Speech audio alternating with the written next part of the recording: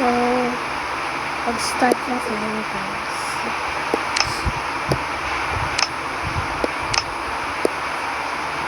Naalis sila today.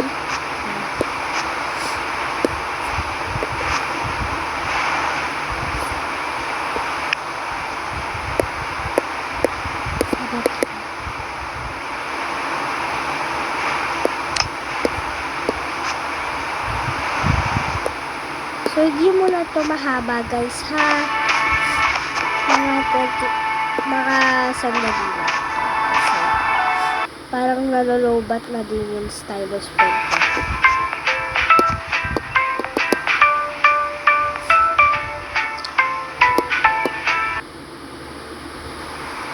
Sorry guys kung maingay yung electric fan namin. Pero medyo tahimik naman dito. Kaso nga lang may sipon namin.